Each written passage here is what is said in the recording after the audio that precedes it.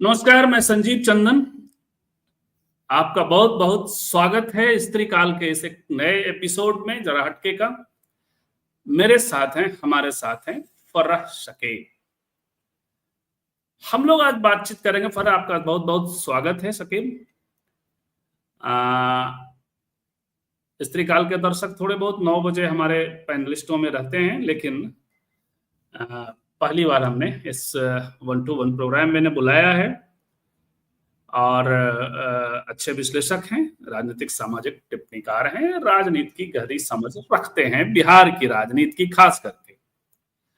तो आज बात करेंगे कि ओवैसी जी की यात्रा शुरू हो गई है बिहार में। बिहार के सीमांचल में उन्होंने पहली यात्रा की और उसके बाद सीमांचल से इस बार आगे बढ़ने का इरादा जाहिर कर रहे हैं। आज उनकी सभा शायद या उनकी यात्रा पूर्वी चंपारण में है। पूर्वी चंपारण का मतलब है कि मोतिहारी, बिहार के मोतिहारी जिले में। आज हम लोग बातचीत करेंगे कि यदि ओवैसी चुनाव लड़ते हैं, और चुनाव लड़ने का आगाज तो हो ही चुका है, उन्होंने यह भी घोषणा कर दी आते ही तेजस्वी यादव और आरजेडी पर हमलावर हुए और उन्होंने कहा कि हमारे विधायक चुरा लेने वाले विधायकों को चुरा लिया गया। ये पहला हमला था, क्योंकि उनके 5 विधायक हुए थे 2020 में। 2020 के 5 विधायकों में से 4 विधायकों ने राष्ट्रीय जनता दल को ज्वाइन कर लिया था। तो उस वक्त जाहिर है कि ओवैसी का ये दर्द है, ओवैसी उस पर हमलावर हैं। यहां से ही इस बार के चुनाव की शुरुआत हुई। लेकिन हम अगले आधे घंटे में समझेंगे कि क्या ओवैसी के चुनाव लड़ने से सिर्फ राष्ट्रीय जनता दल को नुकसान होने वाला है। दूसरा, ओवैसी की पॉलिटिक्स क्या है। इसके पहले भी हमने ओवैसी की पॉलिटिक्स पे बातचीत की है और ओवैसी की पॉलिटिक्स को लेकर के हम इस निष्कर्ष पर आए कि चुनाव लड़ने का तो खास करके सबको अधिकार है। आप आर्काइव में जाकर वीडियो देख सकते हैं। अब आप देखिए, 2015 के बिहार विधानसभा चुनावों में सीमांचल की 23 में से 18 सीटें महागठबंधन ने जीती थी। आरजेडी ने सीमांचल में 3 सीटें जीती थी, जेडीयू ने 6 सीटें और कांग्रेस ने 9 सीटों पर जीत हासिल की थी। ये तीनों दल तब एक साथ थे और तब ओवैसी को चुनाव लड़ने से मना कर दिया गया था। मुसलमानों का एक जो प्रतिनिधि मंडल उनसे मिला और उन्होंने आग्रह कर लिया था कि इस बार आप चुनाव न लड़ें। तब बड़ा क्रूशियल चुनाव था और पता है, नीतीश कुमार और लालू प्रसाद जी एक साथ आए थे, कांग्रेस भी साथ में थी। अब जरा एक तस्वीर और देख लेते हैं। 2020 के विधानसभा चुनावों में आरजेडी केवल 1 सीट जीत पाई। जेडीयू तब अलग थी, बीजेपी के साथ थी, 4 सीटें फिर भी जीत पाई। जब इधर थी तो उस समय 6 सीटें हमने बताया और एमआईएम ने 5 सीटें उस वक्त जीत ली थी। कांग्रेस को तब 4 सीटों पर जीत मिली थी। ये अपने आप में कहानी कहता है। तस्वीर का एक पक्ष कहता है कि ओवैसी के लड़ने से महागठबंधन को नुकसान होता है, आरजेडी को नुकसान होता है, कांग्रेस को नुकसान होता है। तो दूसरी तस्वीर का दूसरा पक्ष यह भी कहता है कि 2015 में जेडीयू और राष्ट्रीय जनता दल एक साथ थे। हर चुनाव का अलग तासीर होता है। कांग्रेस एक साथ थी, वह भी एक बड़ी वजह थी कि आपने 23 में से 18 सीटें सीमांचल के इलाके में, जो मुस्लिम बाहुल इलाका कहा जाता है, महागठबंधन ने जीत लिया था। लेकिन 2020 में ऐसा रह नहीं गया था। 2020 में चिराग पासवान भी अलग से चुनाव लड़ रहे थे और ओवैसी भी अलग से चुनाव लड़ रहे थे। अब आप वहां देखिएगा कि जेडीयू की भी सीटें घटी है। जब ओवैसी अलग चुनाव लड़ते हैं तो फिर इसको क्या कहेंगे? क्या सिर्फ महागठबंधन को नुकसान होने वाला है? इन सब पर बातचीत करेंगे। फरे, सबसे पहले आपकी प्राथमिक टिप्पणी। मैं 30 सेकंड में आपको ज्वाइन करूंगा, आपको सोलो ले।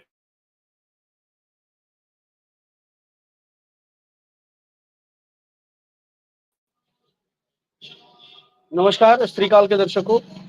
सबसे पहले तो ओवैसी साहब के बारे में जो लोग कहते हैं कि उनको चुनाव नहीं लड़ना चाहिए या उनके लड़ने से किसी को फायदा या ये नुकसान होता है, ये तमाम चीजें सोचना किसी राजनीतिक दल का काम नहीं है। और चुनाव लड़ना किसी भी राजनीतिक दल का जो चुनाव आयोग से पंजीकृत है उसका अपना संवैधानिक अधिकार है। इसलिए मैं इस पक्ष को बिल्कुल खारिज करता हूं कि ओवैसी साहब को चुनाव नहीं लड़ना चाहिए। या उनके लड़ने से अगर किसी को नुकसान होता है या किसी को फायदा होता है तो उसके लिए वो अकेले जिम्मेदार नहीं है। चुनाव जो जिन पार्टियों को नुकसान होता है या जिन पार्टियों को फायदा होता है, उनकी भी कुछ न कुछ भूमिका उसमें होती है। बहुत सारी बातें हैं, लेकिन सवाल उनके चुनाव लड़ने के पैटर्न पर है कि वो किस पैटर्न में चुनाव लड़ते हैं। देखिए, भारत में एक सेकुलर, धर्मनिरपेक्ष, पंथ निरपेक्ष गणराज्य की स्थापना है और देश में भारतीय जनता पार्टी मौजूदा दौर में एकमात्र ऐसी पार्टी मानी जाती है जो सांप्रदायिक आधार पर ध्रुवीकरण की बुनियाद पर वो चुनाव लड़ती है और उसकी वही यूएसपी है। वो इसके लिए पूरे देश में कुख्यात है। कभी एक जमाने में शिवसेना भी हुआ करती थी, लेकिन अब शिवसेना चूंकि उसके दो टुकड़े हो चुके हैं और अब वो एक उदारवादी धर्मनिरपेक्ष दल की तरफ जो है वो अपना कदम बनने की प्रक्रिया में है या लोग अब उसको मानने लगे। सवाल फिर वही है कि ओवैसी साहब के चुनाव लड़ने का पैटर्न क्या है।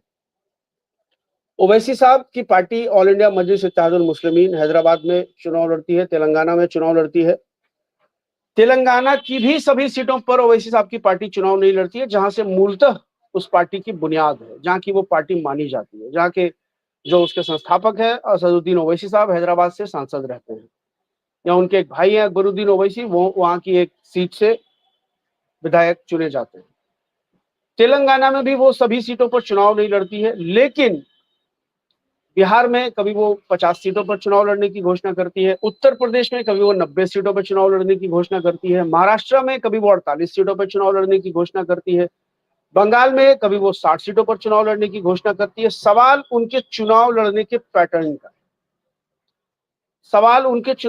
पैटर्न का ये कि, और बिल्कुल मैं पूरी जिम्मेदारी से ये कह रहा हूं कि एक राजनीतिक दल को चुनाव लड़ने का पूरा संवैधानिक अधिकार है, लेकिन चुनाव अगर आपको लड़ना है, इलेक्टोरल पॉलिटिक्स में अगर आपकी हिस्सेदारी होनी है, तो आपको जनता के सवालों पर सक्रिय रहना पड़ता है, आपके कार्यकर्ताओं को सक्रिय रहना पड़ता है, जनता के सवालों को लेकर के जनता के बीच में जाना पड़ता है।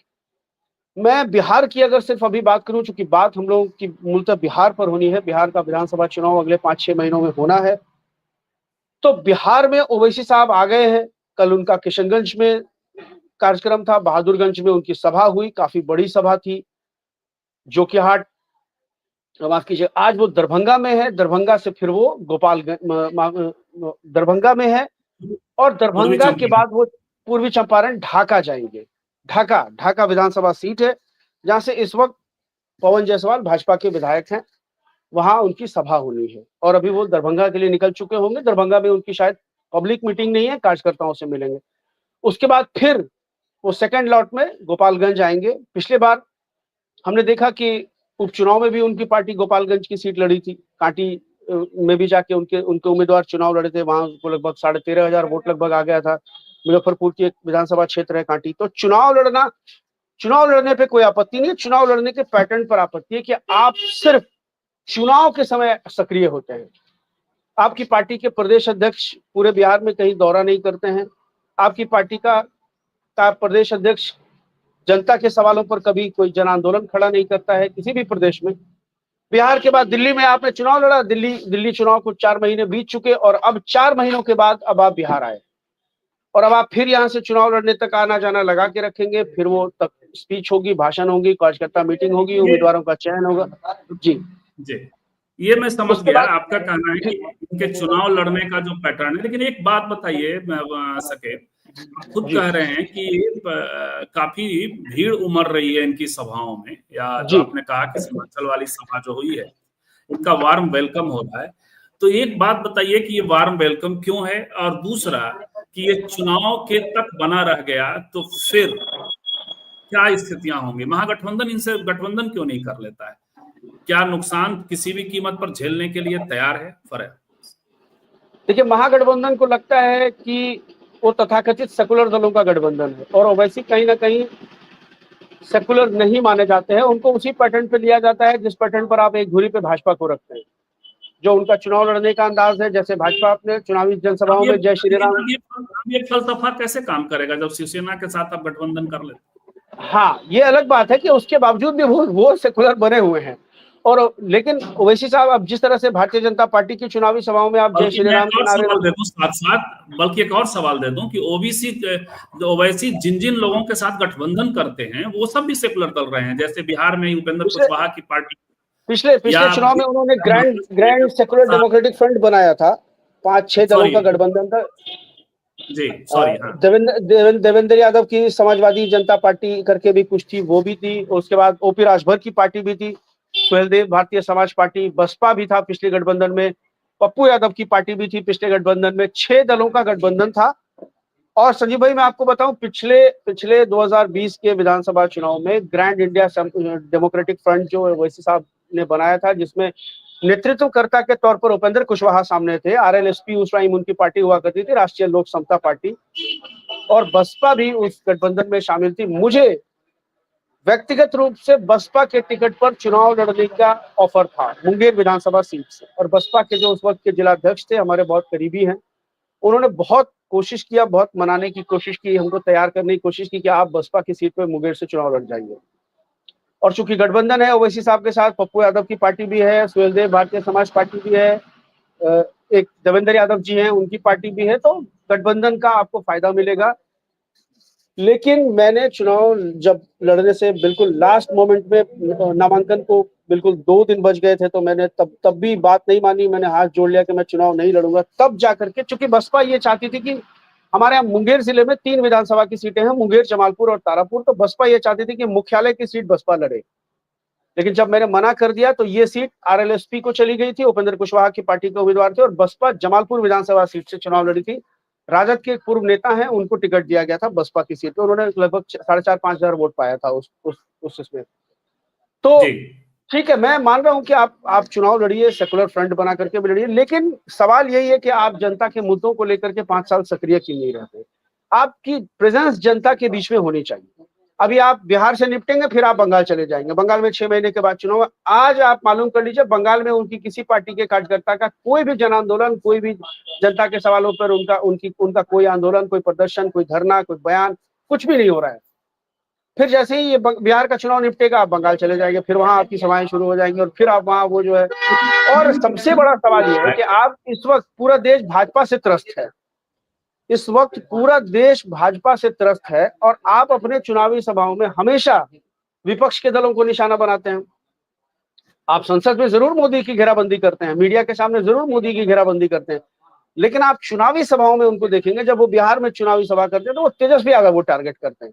तेजस्वी यादव 20 सालों से सत्ता में, उसकी वजह तो ये भी होगी ना कि उनको मुस्लिम वोट चाहिए, और उनको बीजेपी को बहुत टारगेट करके वो मुस्लिम वोट तो हासिल नहीं कर पाएंगे, क्योंकि वो ऑलरेडी जी, तो मुस्लिम बीजेपी को मेरा कहना यह है कि जिस तरह से फिर आप में और भाजपा में हम फर्क क्यों माने? भाजपा जैसे हिंदू वोटों के लिए काम करती है कि उसको हिंदू वोट चाहिए, आप उसी तरह सिर्फ मुसलमानों के वोट के लिए काम, आप पैन सोसाइटी क्यों नहीं वोट मांगते हैं? हमको सभी लोगों का वोट। ये आपकी राय है, लेकिन मुझे एक बात बताइए, थोड़ा सा वस्तु स्थिति भी लोग जानना चाहते हैं, तो हम उस पर भी आएंगे। देखिए, उनके 5 विधायक थे, 5 में से 4 आरजेडी की ओर चले गए, तो विधायक तो उनके एक उनके थे, तो क्या उनका जनसंपर्क नहीं था लोगों के बीच में? एक सवाल बनता है। दूसरा कि देखिए, सबसे पहले इस मिथ के बारे में बात करते हैं, ये ओवैसी के लड़ने से प्रॉब्लम क्रिएट होता है कि गठबंधन जब अलग, जैसे 2015 में जेडीयू 7 था, कांग्रेस 7 थी, तो आप देखिए मिरेकल हो गया, 18 सीटें। 2015 की वजह हम ओवैसी को माने या चिराग पासवान को माने, पप्पू यादव को माने, पप्पू यादव सिंगल में बहुत सक्रिय हैं, बहुत ताकतवर हैं अपने हिसाब से, जितनी ताकत होनी चाहिए उस हिसाब से, अकेले वन मैन आर्मी का, तो वो है। इसके बाद एमआईएम ने उन्हें 5 सीटें जीती। अब उसमें देखिए जेडीयू की भी 4 सीटें घट गई थी, जो कि बीजेपी के साथ थी, तो इसको क्या माने? ओवैसी फैक्टर क्यों माने? ओवैसी, मैंने कहा कि ओवैसी फैक्टर आप सिर्फ इसलिए नहीं मान सकते कि ओवैसी फैक्टर से महागठबंधन को नुकसान होता है। ओवैसी फैक्टर से जनता दल यूनाइटेड को भी नुकसान हुआ, अलबत्ता फायदा सिर्फ भाजपा को होता है, मेरा अपना ये मानना है। देखिए, और ये पिछले बार की अगर आप चुनाव के परिणामों का विश्लेषण करेंगे, तो हम कहीं भी किसी भी तरह से ओवैसी को रिस्पॉन्सिबल नहीं मानते हैं कि ओवैसी की वजह से तेजस्वी यादव की सरकार नहीं बन पाई। एक सीट ऐसी थी, रानीगंज की सीट ऐसी थी, जहां एनडीए और महागठबंधन के उम्मीदवारों के जीत के मार्जिन के इतना वोट ओवैसी के उम्मीदवार को मिला था। बाकी जो तमाम सीटें एनडीए और महागठबंधन के बीच में सीटें जो जहां उनकी जीत हार हुई है, वो तमाम सीटें ऐसी हैं, या तो वहां ओवैसी के उम्मीदवार नहीं थे, या फिर कम से कम जीत हार का मार्जिन इतना बड़ा था कि उसमें अगर ओवैसी नहीं भी होते और वो वोट भी अगर इंडिया गठबंधन को मिल जाता तो भी वो नहीं जीत पाता। रानीगंज की एकमात्र अपवाद सीट को अगर आप छोड़ दीजिए यानी वो हाँ, वोट भी इंडिया गठबंधन को मिल जाता तो नहीं जीत पाते। तो नहीं जीत पाते, बिल्कुल बिल्कुल नहीं जीत पाते। इसका अर्थ जी, है कि इसका अर्थ है कि ओवैसी फैक्टर ओवररेटेड है। ओवररेटेड है, बिल्कुल बिल्कुल। जी, अब बात जारी अलबत्ता रखें। कांग्रेस को जिस तरह से माना जाता है कि पिछले चुनाव में तेजस्वी को अगर मुख्यमंत्री नहीं बनने दिया तो वो कांग्रेस ने नहीं बनने दिया, इसमें इस बात में आपको दम नजर आता है, क्योंकि कांग्रेस की का उतना बड़ा संगठन था नहीं जितनी सीटें उसने चुनाव में लड़ी। 70 सीटों में आपके पास तो उम्मीदवार नहीं थे, आपको उधार के उम्मीदवार लेने पड़ रहे थे, खरीदने पड़ रहे थे उम्मीदवार, आपको ढूंढने पड़ रहे थे उम्मीदवार आपको।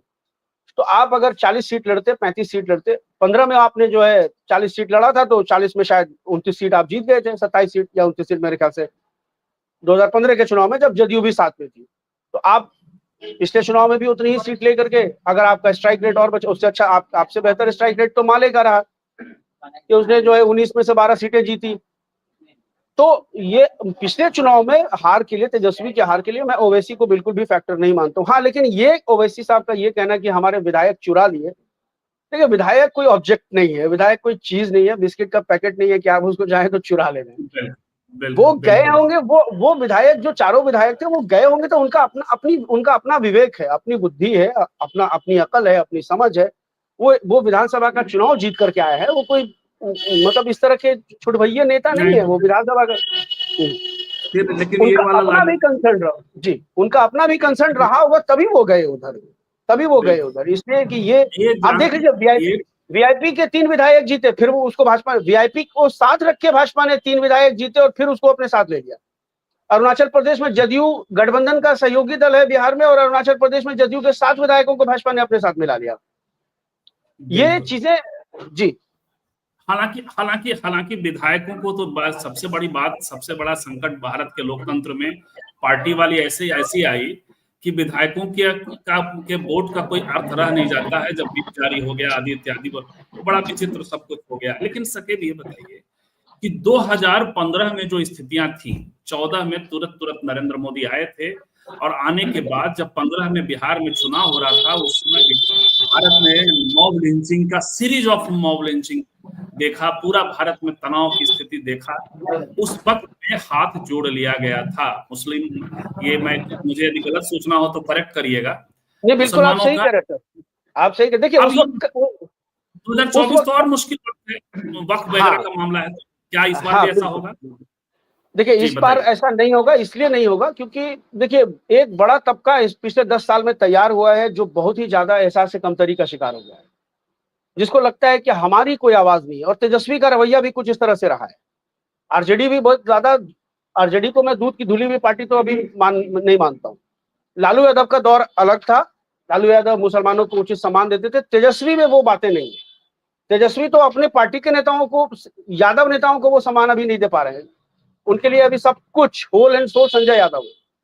छात्र राजद के लड़के जाते हैं उनसे मिलने के लिए कि पटना यूनिवर्सिटी छात्र संघ चुनाव में हिस्सा लेना है, तो कहते हैं संजय यादव से मिल लीजिए।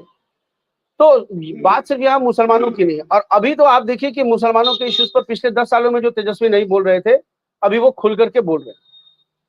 कल बांका में जो घटना हुई, 2 मुस्लिम युवकों को पुलिस वालों ने उठाया, पीटा, उनके साथ दुर्व्यवहार किया, तो तेजस्वी यादव उनके घर चले गए, वहां से उन्होंने एसपी को फोन लगाया, एसपी को डांट डपट लगाई, वो तमाम चीजें। तो तेजस्वी यादव को भी ये चीजें समझ में आने लगी है कि अपने रवैये में अगर हमने सुधार नहीं लाया।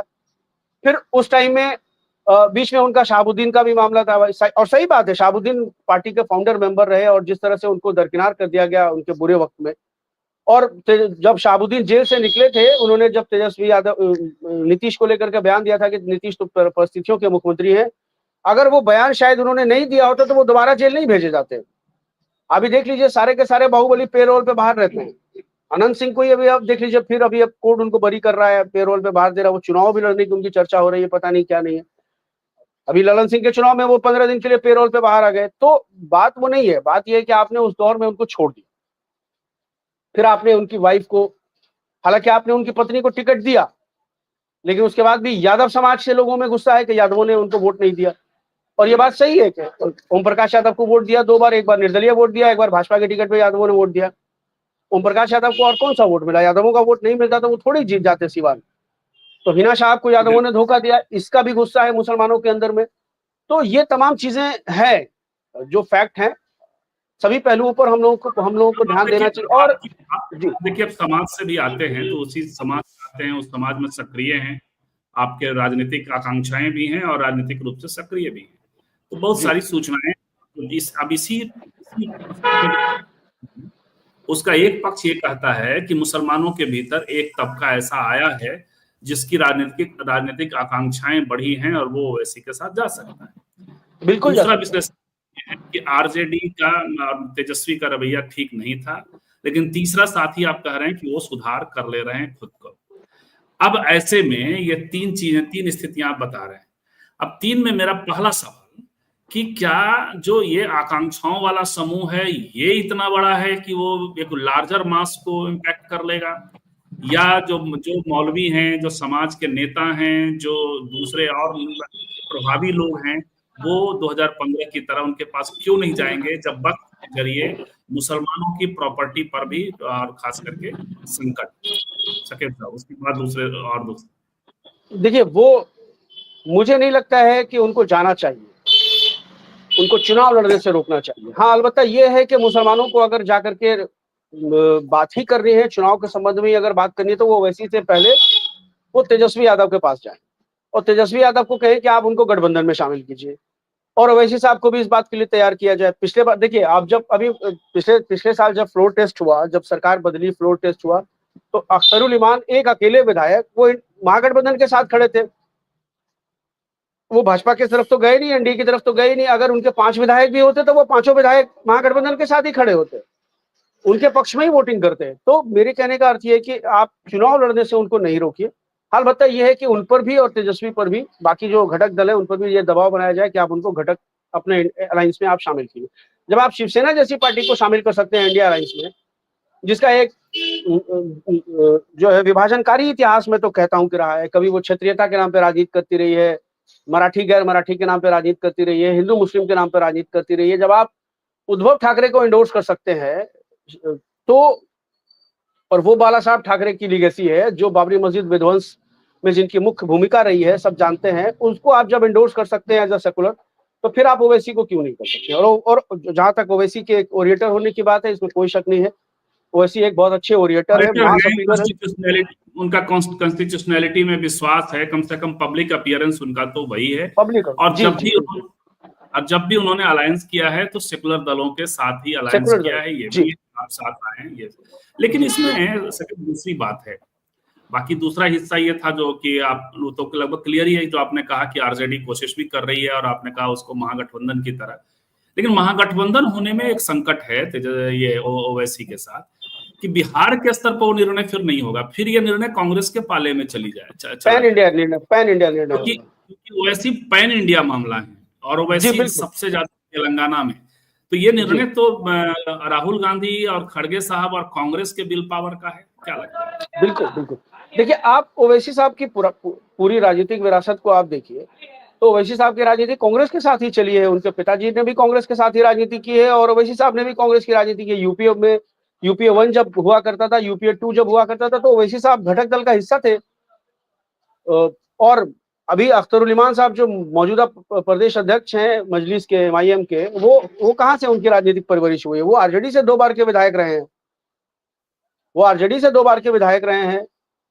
एक बार तो वो आरजेडी एमआईएम से जब उन्होंने चुनाव लड़ने की घोषणा की थी 2014 में, और उस टाइम जो है असरारुल हक कासमी साहब किशनगंज से चुनाव लड़ रहे थे, तो उन्होंने उनके लिए वो सीट भी छोड़ दी थी कि भाई चलिए आप ही लड़ लीजिए। जदयू से महमूद अशरफ साहब थे और कासमी साहब थे, और इन्होंने एमआईएम से लोकसभा चुनाव लड़ने की घोषणा की थी, तो उस वक्त भी उन्होंने पैर वापस खींच लिए थे अख्तरुल इमान साहब ने कि चलिए हम चुनाव नहीं लड़ते हैं, एक आदमी है कासमी साहब, तो उनको ही लड़ने देते हैं, और तब वो जीत गए थे चुनाव। तो बड़ा सवाल ये है कि आप ओवैसी को क्यों नहीं एंडोर्स कर रहे हैं? और ओवैसी साहब कहीं ना कहीं संविधान पे भी बात करते हैं, दलितों को लेकर के भी साथ चलने की बात करते हैं, कहीं ना कहीं नहीं, पूरी तरह, जी और बहुत पढ़ा लिखा, बहुत कायदे से, कमिटमेंट के साथ, उतनी अच्छी देखिए, बात करने वाले औरंगाबाद से इम्तियाज जलील जो सांसद बने अभी, लोकसभा का चुनाव जीते थे, उसमें दलित समाज की बहुत बड़ी भूमिका रही थी। मैं उस बिल्कुल। दौरान वर्धा गया था, महाराष्ट्र के वर्धा में जो आचार्य विनोबा भावे का आश्रम है, मैं 1 हफ्ता वहाँ रहा था। तो जब मैं निकल जाता था, ऐसे ही दिल नहीं लगता था। आश्रम की रूटीन और मेरी रूटीन में आसमान जमीन का फर्क था। वहाँ सुबह 5 बजे उठ जाना है, 6 बजे आपको नाश्ता कर लेना है, फिर और हम लोग 9 बजे सो के उठने वाले लोग, तो ऐसे ही निकल जाता था टाइम पास करने के लिए। तो कुछ लोगों से बाजार में ऐसी मुलाकात होती थी। आश्रम में चूंकि चाय नहीं मिलती थी, तो और मुझे मैं चाय का एडिक्टेड आदमी हूँ, तो चाय ढूंढने के चक्कर में मैं चला जाता था, गुमटियों में बैठ जाता था चाय के। वहां जो बातचीत होती थी, दलित समाज के ज्यादा लोग वहां मुझे मिलते थे, और सब में भीम और मीम अलायंस को लेकर के बड़ा उत्साह देखते थे हम, कि ओवैसी साहब आ जाएंगे तो भीम और मीम का अलायंस हो जाएगा। तो आप ये जरूर सिर्फ आप जरूर आमिर अली अजानी के ठिकाने पर भी पहुंचे होंगे। ओएसिस ओएसिस नाम से वहाँ जो है बिरयानी सेंटर। नहीं, वहां तो जी। नहीं, मैं पहाड़ पे गया था, जहाँ पे आश्रम है उसके पीछे एक बड़ा सा ऊंचा सा पहाड़ है, वहाँ एक मजार भी है। हाँ, सामने नहर है, और बहुत सारी जगहों पे मैं गया। तो वहां लेकिन एक चीज है कि मैं भीम और मीम को लेकर के बड़ा उत्साह था।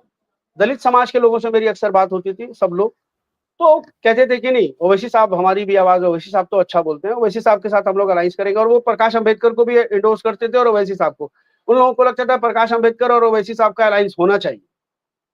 औरंगाबाद में भी उन्होंने जब इम्तियाज जलील जीते हैं, तो चलिए, दलित समाज की बहुत बड़ी भूमिका उसमें रही है, इसमें कहीं कोई शक नहीं है। वो सिर्फ मुसलमान वोटों से नहीं जीते हैं औरंगाबाद में इम्तियाज जलील जी। अब जो है 2 टिप्पणियां आ गई हैं, वो ले लेते हैं। और चूंकि आप जहां बैठे हैं, आप अपने काम पे भी लगे हैं, तो वो जी भी सर। देखिए। नंदलाल यादव कह रहे हैं कि शहाबुद्दीन वाले मामले में केवल तेजस्वी गलत नहीं है, अब पता करें ओसामा अधिक दोषी हैं। साहब के बाद जब तक हिना का चला, पार्टी साथ में थी। हालांकि मैं जो देख रहा हूं, ये तो आप भी बताइएगा, इसमें साथ में मैं जोड़ दूं कि मैं देख रहा हूं कि उनकी डेड बॉडी को जिस तरह से सम्मान मिलना चाहिए था राजद के द्वारा, नहीं मिला। वो नहीं मिला। और जिस तरह से तेजस्वी जी को जाकर, तब लालू जी जेल में थे, तेजस्वी जी को जा करके, या बीमार थे शायद, जेल में ही थे शायद, जेल में थे। जी, और तेजस्वी जी को जा करके जिस तरह से मिलना चाहिए था, और ये सब नहीं हुआ था। ये जी मैं भी देख रहा हूँ, बाहर से जो देख रहा हूँ। सके आप बताइए, नंदलाल जी पर कोई टिप्पणी तो करना देखिए, चाहते नंदलाल जी कह रहे ओसामा की उस वक्त उम्र ही क्या थी। ओसामा तो बहुत ज्यादा मैच्योर भी नहीं है, बहुत ज्यादा उम्र है नहीं उसकी। पार्टी में आज ओसामा सक्रिय हुए हैं, और आज देखिए उनके चुनाव लड़ने की भी चर्चा है। रघुनाथपुर से वो टिकट मांग रहे हैं। मुझे तो लगता है कि उनको टिकट मिल भी जाएगा रघुनाथपुर से। मां तो खैर नहीं लड़ेंगी चुनाव, लेकिन ओसामा चुनाव लड़ने की तैयारी कर रहे हैं। रघुनाथपुर से उनको टिकट दिया भी जा सकता है। सिवान की किसी न किसी विधानसभा सीट से उनको चुनाव लड़ाया जाएगा, ये तय है। ये मेरे पास एकदम पक्की खबर है कि ओसामा शाह विधानसभा का चुनाव लड़ेंगे, सिवान की किसी भी सीट से। और मुझे लगता है रघुनाथपुर शायद वही सीट है जहां से प्रतापपुर या प्रतापगढ़, जो भी जो जो उनका पैतृक शाहबुद्दीन का घर है, वो जी। उसी शायद विधानसभा में आता है। तो वो वहां से चुनाव लड़ने की तैयारी कर रहे हैं। ओसामा को मैं दोषी नहीं मानता हूँ। ओसामा की उस वक्त क्या उम्र थी, ओसामा डिसीजन लेने के में सक्षम नहीं थे। हिना, आपने बिल्कुल, आप ही ने उस बात को कहा कि सर देखिए, जिस तरह से उनको सम्मान मिलना चाहिए था मरणोपरांत, पार्टी ने भी जो है 4 साल 5 साल हो गए उनको दिवंगत हुए, कभी भी उनकी श्रद्धांजलि सभा नहीं करती है पार्टी। बड़े स्तर पे लोगों को बुलाया नहीं जाता है। अभी इस बार जो है आरजेडी ने एक ट्वीट किया है उनके, अभी 2-3 दिन पहले की बात है, हाँ, उनकी लेकिन जयंती पर की जो है। एक मुश्किल भी होगी अभी पार्टी के लिए, ये वो है कि महागठबंधन में माले है, और वो थोड़ा जी कॉन्ट्रडिक्शन में हाँ, चीजें फंस गई हैं।